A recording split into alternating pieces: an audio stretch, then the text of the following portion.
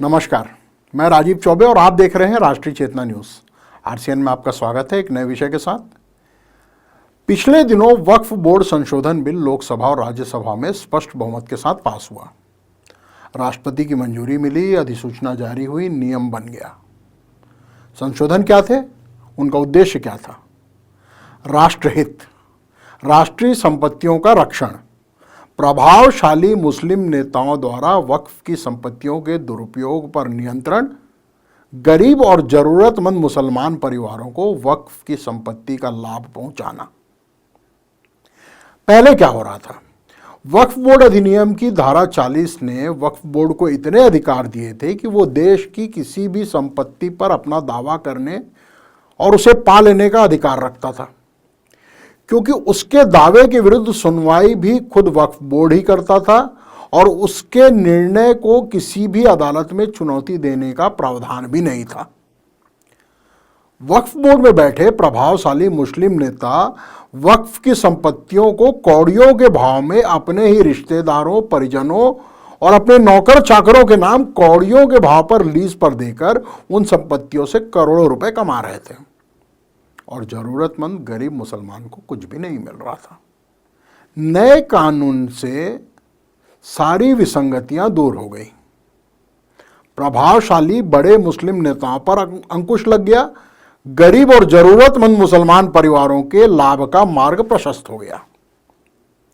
देश भर के आम मुसलमान ने नए नियम का स्वागत किया, प्रधानमंत्री का आभार माना, सब कुछ शांतिपूर्ण ढंग से हुआ।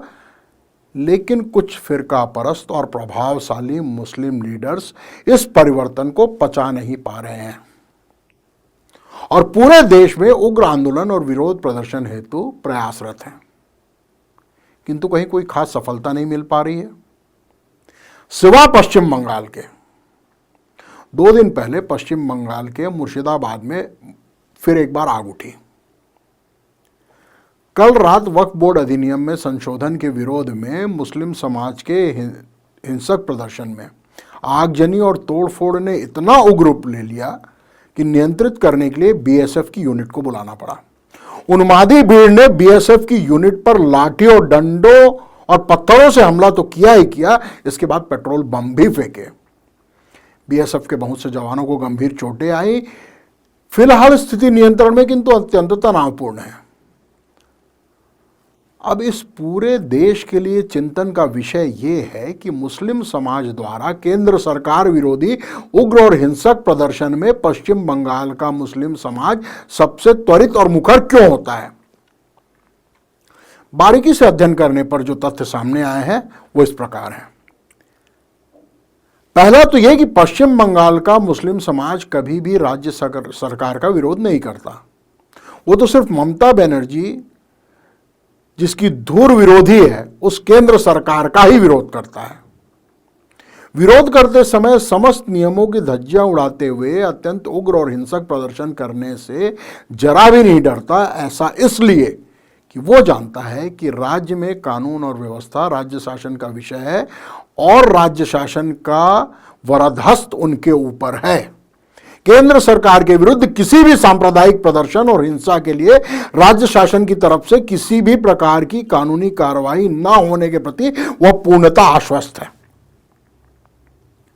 दूसरा तथ्य यह है कि इस देश में प्रतिदिन सैकड़ों की तादाद में बांग्लादेशी मुसलमानों की घुसपैठ हो रही है और इन अवैध घुसपैठियों को अपना वोट बैंक बनाने के उद्देश्य से इनका आधार और वोटर कार्ड बनाकर पूरा संरक्षण दे रही है ममता बनर्जी और उनकी पार्टी तृणमूल कांग्रेस। ऐसी स्थिति में एक दूसरे के हितों का रक्षण करने के लिए घुसपैठिए और तृणमूल कांग्रेस की प्रतिबद्धता आवश्यकता जन्य और अति स्वाभाविक है। अतः तृणमूल कांग्रेस द्वारा ऐसे उग्र और हिंसक प्रदर्शनों के लिए स्वपालित मुस्लिम घुसपैठियों को उकसाकर और उन पर कानूनी कार्रवाई न होने की गारंटी देकर ये दंगे प्रायोजित किए जा रहे हैं। ये तो तय है कि स्वप्रेरित और प्रायोजित आंदोलनों के स्वभाव में मूल अंतर होता है। कोई भी प्रायोजित आंदोलन दीर्घकालिक और फलदायी नहीं हो सकता। शाहीन बाग, जामिया और एएमयू की तरह ये आंदोलन भी निष्फल होंगे। लेकिन चिंतन का विषय यह है कि अपने ही लोग अपने ही देश की संपत्ति का नुकसान पहुंचाने के लिए विदेशी घुसपैठियों की मदद ले रहे हैं और विरोध भी उन लोगों से करवा रहे हैं जिनके हित के लिए ही कानून बना है। गरीब के हक के लिए बने कानून का विरोध सामाजिक विषय को सांप्रदायिक विषय बनाने की साजिश, गरीबों के हक के खिलाफ प्रभावशाली वर्ग की साजिश है। ऐसा लगता है 1947 में स्वतंत्रता संग्राम समाप्त नहीं हुआ था, लड़ाई आज भी बाकी है और हमको और आपको फिर से धनुष उठाना है, फिर से शस्त्र उठाना है। आज दिनकर की कालजयी पंक्तियां फिर से प्रासंगिक हो गई हैं। रामधारी सिंह दिनकर ने स्वतंत्रता के 6 वर्ष पश्चात 1953 में ये कालजयी पंक्तियां लिखी थी। ढीली करो धनुष की डोरी, ढीली करो धनुष की डोरी, तरकस का कस खोलो, किसने कहा युद्ध की बेला गई, शांति से बोलो। किसने कहा और मत भेदो, किसने कहा और मत भेदो, हृदय वहनी के शर से, भरो भुवन का अंग कुमकुम से, कुसुम से और केसर से, कुमकुम लेपूं किसे, सुनाऊं किसे कोमल गान, तड़प रहा है आंखों के आगे मेरा हिंदुस्तान, तड़प रहा है आंखों के आगे मेरा हिंदुस्तान। सबके भाग्य दबा रखे हैं किसने अपने कर में, उतरी थी जो विवाह हुई बंदिनी बता किस घर में। समर शेष है, समर शेष है, यह प्रकाश बंदी ग्रह से छूटेगा, और नहीं तो तुझ पर पापिन महावज्र बन टूटेगा। समर शेष है, समर शेष है, उस स्वराज को सत्य बनाना होगा, जिसका है न्यास उसे सत्वर पहुंचाना होगा। धारा में मग के अनेक जो पर्वत खड़े हुए हैं, धारा में मग के अनेक जो पर्वत खड़े हुए हैं, गंगा का पत्थरों की इंद्र के गज जो अड़े हुए हैं, कह दो उनसे झुक जाए अगर तो जग में यश पाएंगे, कह दो उनसे झुके अगर तो जग में यश पाएंगे। अड़े रहे तो अरावत पत्तों से बह जाएंगे, अड़े रहे तो अरावत पत्तों से बह जाएंगे। समर शेष है जनगंगा को खुलकर लहराने दो, समर शेष है जनगंगा को खुलकर लहराने दो, शिखरों को डूबने और मुकुटों को बह जाने दो। पथरीली ऊंची जमीन है तो उसको तोड़ेंगे, पथरीली ऊंची जमीन है तो उसको तोड़ेंगे, समतल पीटे बिना समर की भूमि नहीं छोड़ेंगे। समर शेष है चलो ज्योतियों के बरसाते तीर, समर शेष है चलो ज्योतियों के बरसाते तीर, खंड खंड हो गिरे विषमता के की काली जंजीर, खंड खंड हो गिरे विषमता की काली जंजीर।